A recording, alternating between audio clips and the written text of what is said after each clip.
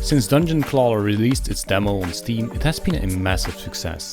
Many players are enjoying this goofy, random, yet challenging claw machine roguelike Dungeon Crawler. But now the beta has hit and there are many new items, perks and general changes. So let's get right into it and see what is new in the Dungeon Clawler beta. Right from the bat, in our character select we can spot 2 new characters. Unfortunately they are not playable yet, but we do get a little preview of their skills and description. At first we have Squiddy, an offspring from Lord Squidula. This character has a tentacle as his second claw, one that spreads out when submerged in liquid. Squiddy also gets 1 strength each time the machine is filled with liquid. As starting items, he has the water bottle and 5 sponges. Sponges will do more damage the longer they are submerged in water, which to me actually sounds really good. Our other new character is Garbage Greg, the dungeon's janitor. Greg is a character that wants as much stuff on the machine as possible, because a lot of it will be removed because of his passive ability, and the more items you have, the more damage you will do. Your damage is increased by 2% for every item in your deck, while after every turn 50% of the items in your machine will be removed. Greg starts with several plastic items which are really strong at the start. Next to getting 2 full new characters, Felina has also received some changes. The laser pen item no longer exists and the cat will now only attack when you are being attacked yourself. Strength is also no longer added to just the cat, but also yourself. In the item overview, we will spot several new items. The honey ball. This item will stick to anything it touches, making it easier to pick up multiple items.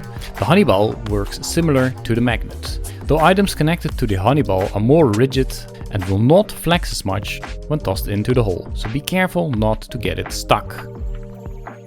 The battery. If submerged in liquid, the battery will cause all metal items in a radius to also deal 10% of the damage to all enemies. Pretty strong.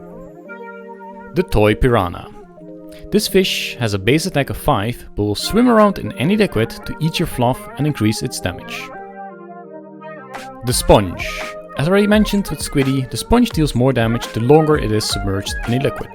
Just spend some time defending and let those sponges soak up for one massive final attack.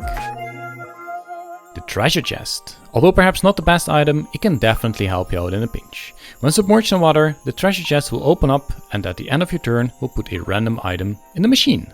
The water pistol. This item will do something different depending on the type of liquid that is currently in the machine. On water, it will attack all enemies for 5 damage and give them 20 soaked. Soaked is a new status that will increase the damage taken by 1% per stack. On ink, it will also attack the enemies for 5 damage but give them 20 inked instead. Ink is a new status that will reduce the chance of the enemy hitting their attack by 1% per stack. On poison, the water pistol will once again attack for 5 damage, but now add 10 poison stacks as well. On lava, the water pistol will simply attack all enemies for 20 damage. Although it takes a little effort to get the water pistol running, it attacking all enemies just makes it a really strong new item. Although not as many new perks as we had items, there are still a few new perks and several changes. Deflation is a new perk that shrinks down items at the end of your turn. Although smaller items are nice to pick up more than usual, smaller items are notoriously hard to pick up solo. The golden tentacle is a new perk that will fill up the reward room with water and give you a tentacle instead of a regular claw. Just like the tentacle of Squiddy, this tentacle will stick to any item it touches. Several other perks have been changed so they have a fixed amount of how many you can stack them. Savings account can now stack up to 5, giving you 10% of your coins per turn for a max of 500 coins per turn. Bargain can now only stack to 10, giving it 50% discount on any purchase you make. No longer free shopping. Golden armor now only stacks to a maximum of 5, giving it exactly 1 health per coin you have. Although this sounds like a massive downgrade, do keep in mind that you now get a lot more money from a 5-stack savings account. Hoarder has a max of 10 stacks, ensuring that the machine will never fill up so much that items automatically overflow. Fluffy also has a max stack of 10, meaning you can get an additional 100 fluff into the machine. Greedy has been limited to 2, so you will no longer spend 5 minutes in the reward room grabbing every single coin. Once we select a character, we are greeted by another new and welcome change: difficulty selection. Dungeon Clawler now has 4 different difficulties that can be unlocked by completing a run on the character. By default, normal is unlocked and has no additional modifiers. After you complete normal, hard will be unlocked and all enemies will be 50% stronger. After hard comes very hard with an additional modifier that will cut your health down by 30%. After very hard we have nightmare that will avoid you from healing after a boss fight. These difficulty modifiers will make for a very nice challenge that will ensure that there is plenty more hours of fun playing. Now that we are on the first floor, we notice that the layout is different. Not only that, instead of 5 floors we now have 14 floors. On the exit of the floor you can now see what you can expect on the next floor.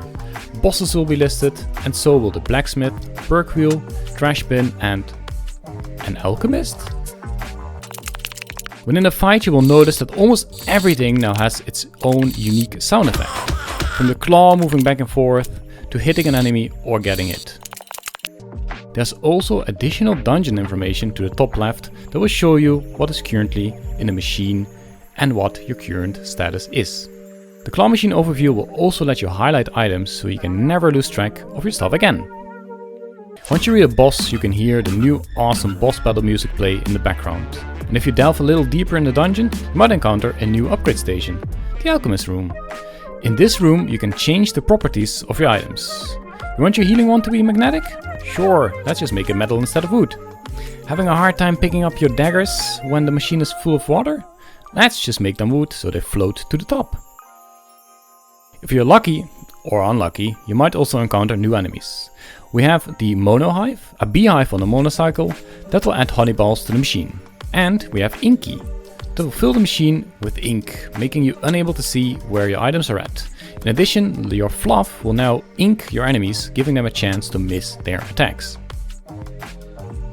Once we reach floor 14, we still encounter the boss we are all familiar with, Melemon. Because we now fight him on floor 14 rather than 5, his damage has been buffed a little to make him a little more challenging. Luckily he is still easily beatable and we are once again greeted with the congratulations screen. And the option to go infinite. I'm really happy to see they kept the option to go infinite because that's actually where the real fun starts. This has been a short overview of what is new in the beta. I hope you enjoyed it. If there's anything I missed, please let me know down in the comments. If you want to see more Dungeon Clawler, please feel free to subscribe and I will be making more videos about the beta.